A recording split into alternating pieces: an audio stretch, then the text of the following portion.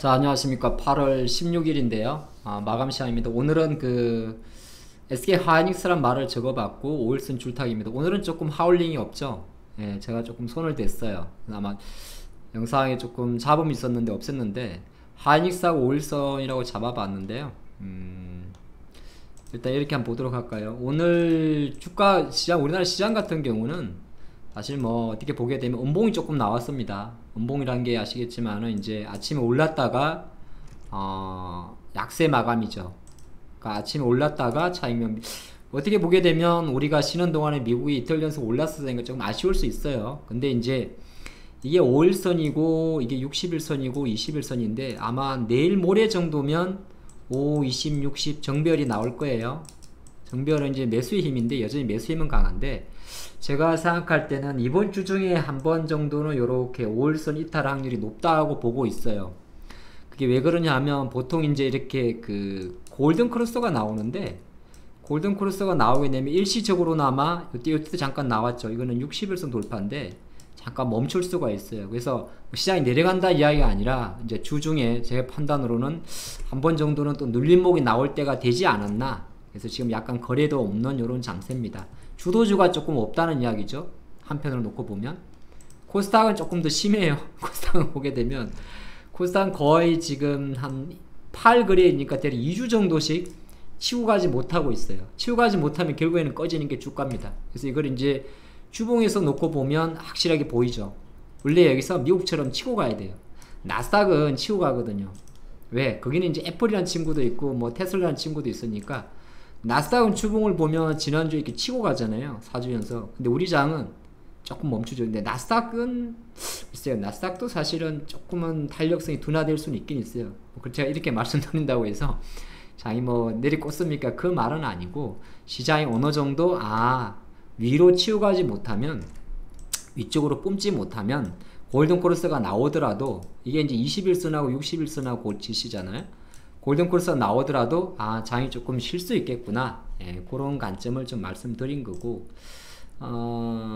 지금 우리가 좀 관심이 많았던 이 물가 같은 경우는 사실 좀 많이 내려놨어요. 그래서 이거는 이제 미국 소비자 물가 추이고 또 생산자 물가의 월간 변동성인데 이것만 놓고 보면 사실 소비자 물가 지난 7월달에 8.5 나왔잖아요. 아마 지금 추이라면 8월달에는 8% 초반까지도 떨어질 수 있을 것 같아요.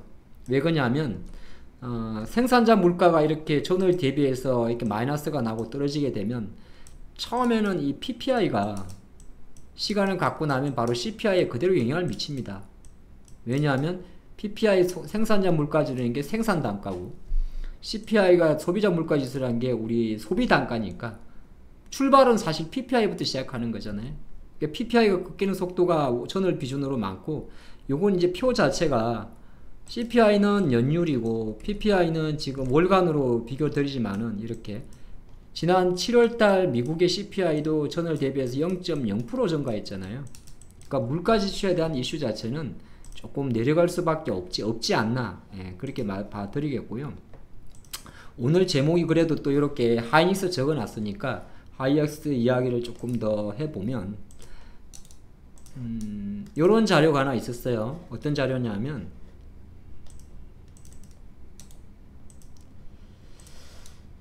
요게 뭐냐 하면은 우리나라 지금 반도체 글로벌 디램의 어떤 메모리 수익을 랭킹을 말해요. 그러면 이렇게 좀 절대 숫자도 뭐 중요합니다만은 그냥 점유율 측면에서 보게 되면 지금 올해 2분기 기준으로 맨 위에가 삼성 어디 갔냐? 순위가 메모리 쪽 순위가 삼성, 하이닉스, 마이크론, 나냐, 뭐 윈본드는 뭡니까? 잘 모르는 회사인데 요까지 잘 몰라요.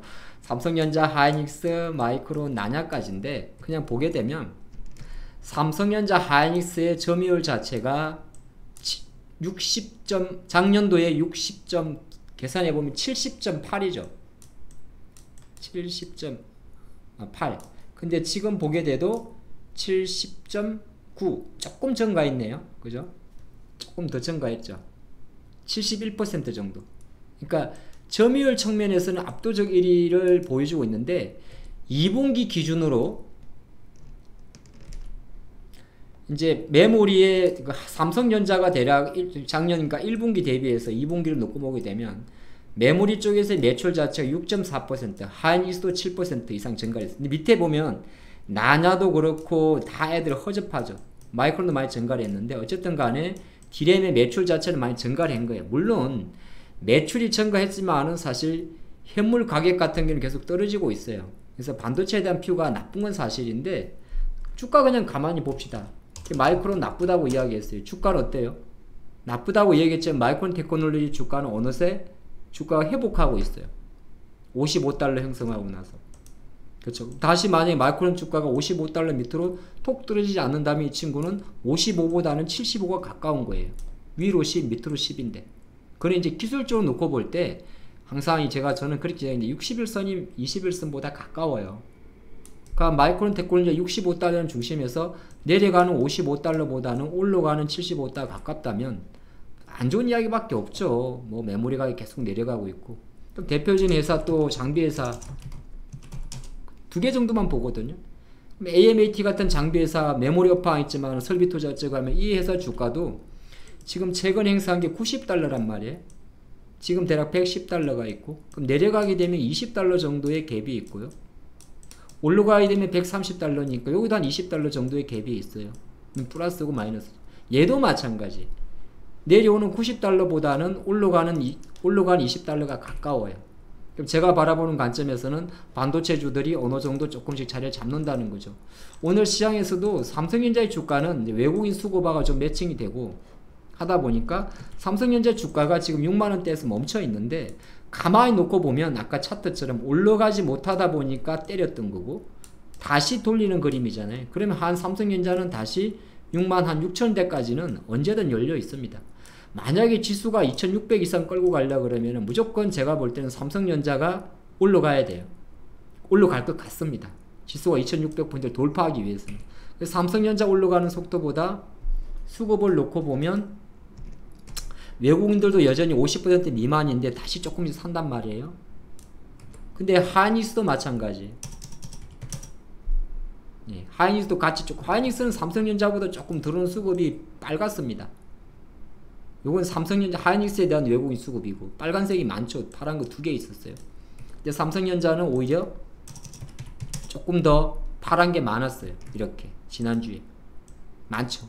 그럼 하이닉스 같은 경우가 지금 96,000원대 정도에 있는데 어느 정도 이거는 다시 93,000원대 밑으로 내려가기가 좀 어렵다고 본다면 오히려 이 힘 자체가 LG에너지솔루션, 제가 바로 지난주 영상에서 이런 말씀 드렸는데 LG에너지솔루션이 오히려 45만원 밑으로 톡 떨어지면 떨어질수록 오히려 하이닉스의 주가는 올라갈 확률도 높다. 이거는 왜 그러냐면 시가총액 방식에서 수급 분석을 해보니까 결정적으로는 삼성과 하이닉스, 엔솔은 거의 같이 움직여요.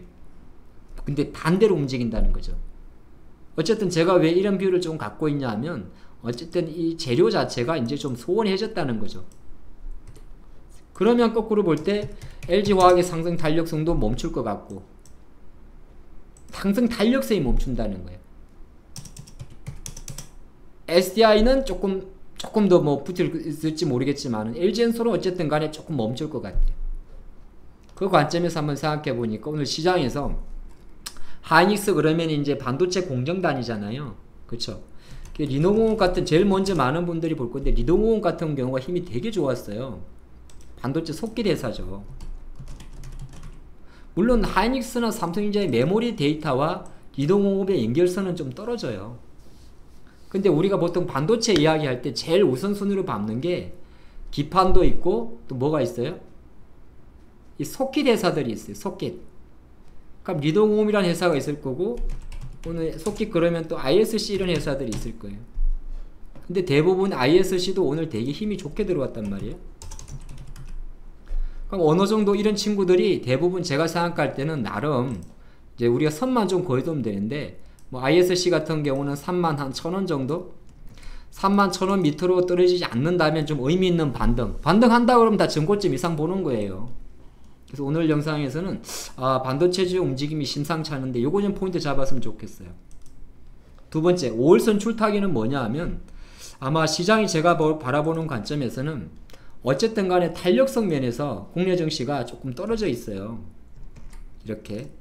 요런 차트들은 웬만하면 잠깐 눌림이 와요. 눌림이 오더라도 큰 트렌드는 지금 8월 봉도 양봉이에요. 그러니까 양봉 트렌드는 유지가 될 거예요. 하지만 이제 8월 한 2주 정도 남았는데 워낙 세게 때렸기 때문에 지난 우리 1월 달에도 봤잖아요. 이렇게 세게 때리니까 여기까지 바로 못 치고 가. 그 중심값에서 멈춘다고. 그럼 또 멈추게 되면 코스닥은 850이라는 저항을 갖고 있어요. 돌파는 할 거야. 그렇게 봐요. 하는 과정에서 여기 잠깐적으로 저항이 좀 있어요. 그걸 주봉으로 분석해 보니까 확실히 보여요. 850 전에 빨간 선이 하나 보여요. 이게 한 840 정도 되게 되는데 지수 관점에서는 약간 이제 좀 칠 수도 있겠구나. 그 이야기. 코스피도 마찬가지. 코스피도 월봉으로 봤더니 지난 1월 달에도 보게 되면 한 10% 이상짜리 긴 거 얻어맞으니까 그 중간값을 돌파하는 되게 힘들어해. 지금부터 마찬가지. 그 중간값이 대략 2550 정도가 되게 되는데 2550 정도가 돼요. 2550인데 이거 넘기고 나면 또 그 다음 2700이야. 근데 올라갈 수 있어요. 올라가려고 그러면은 결정적으로는 LG 엔솔 혼자는 못 가요. 제가 바라보는 관점에서. 삼바도 뭐 여기서 끌어갈 수 있는 힘은 안 될 것 같고. 자, 그런 관점에서는 오늘의 포인트는 이래서 조금 그런 이야기를 하는구나. 실제적으로 외국인들이 주식을 많이 사긴 사는데 요새 접어들어서 조금 특징이 뭐냐 하면 또 줄어버렸어요. 이렇게 8월 한 초순만 해도 막 사더라고 이렇게. 근데 가만히 보니까 이때 많이 산 게 사실은 LG에너지솔루션이었어요. 근데 그 이벤트가 지난 8월 12일자로 끝났잖아요. MSCI 관련이 있어요. 그 다음에 우리가 말한 IRA라고 이야기하죠. 미국의 인플레 방지법안. 그 재료가 다 이제 끝나버렸어요. 하원도 통과했고. 그래서 오히려 매수 강도가 줄여지지 않을까. 그래서 실제적으로 오늘 외국인들이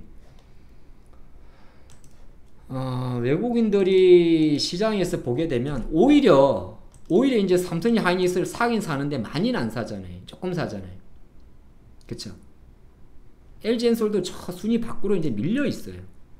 그래서 제가 생각할 땐 전체적으로 외국인의 매수 강도가 조금 둔하기 때문에 지수는 5일선 출타기를 할 수 있지 않을까. 그런 과정에서 하이닉스 같은 종목들이 어느 정도 다시 치고 갈 수 있지 않을까. 그래서 이런 장 같은 경우 지수가 5일선 출타기를 하게 되고 하이닉스 같은 종목들이 올라가게 되면 똑같아요. 많이 올랐던 종목들보다는 바닥에서 머리 드는 반도체주들이 올라갈 수가 있어요. 오늘의 이제 마감픽은 요걸 좀 포인트로 좀 보시면 좋을 것 같습니다. 엄마 벌써 12분이나 했네요. 제가 욕심이 많아. 뭐라도 하나 더 이야기하고 싶어서 말이죠.